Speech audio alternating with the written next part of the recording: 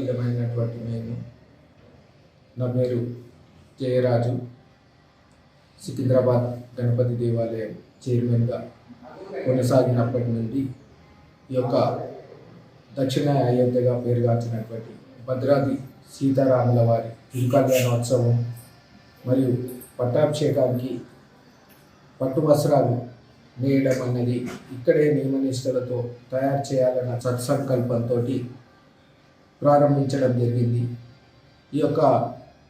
ఇవి చేయడానికి ప్రత్యేకంగా మా తాతగారు అటువంటి సిరిగాది చిత్తారయ్య గారు ఎంతో రాముల వారి దైవభక్తులు. ఆ ఒక్క దైవభక్తితో ప్రతి సంవత్సరము ఇక్కడ కళ్యాణానికి వస్త్రాలు సమర్పించేవారు. అటు తర్వాత మా తండ్రి గారు శ్రీరాములు గారు వారు కూడా ప్రత్యేకంగా ఇక్కడ కళ్యాణోత్సవానికి వస్త్రాలు బయట నుండి తీసుకొచ్చి షాపుల్లో కొనుక్కొచ్చి సమర్పించడం జరిగేది.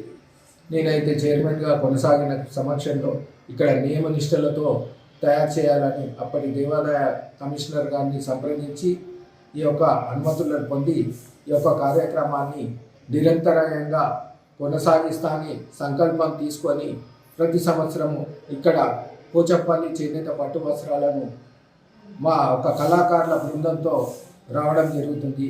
ఈసారి ఈ యొక్క కళాకారులు చెన్న ఉపేందర్ మరియు సిద్ధులు, లక్ష్మయ్య, గంటి రాజేష్ తదితర బృందంతో ఇక్కడికి వచ్చి వస్త్రాలు నేయడం ప్రారంభించడం జరిగింది. ఈ యొక్క ప్రారంభోత్సవాన్ని ఈవో కార్యనిర్వహణాధికారి అయినటువంటి దామోదరరావు గారు దంపతుల్లో పూజా కార్యక్రమాలు, వేద పండితులు, ఆలయ సిబ్బంది పాల్గొని ఎంతో నియమనిష్టలతో కార్యక్రమాన్ని ప్రారంభించడం జరిగింది.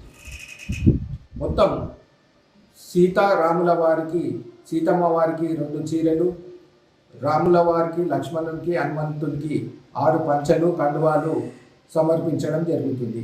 పంచలు 4 రంగుల్లో కోటకొమ్ముల డిజైన్తో ప్రత్యేక ఆకర్షణగా చేయడం జరుగుతుంది.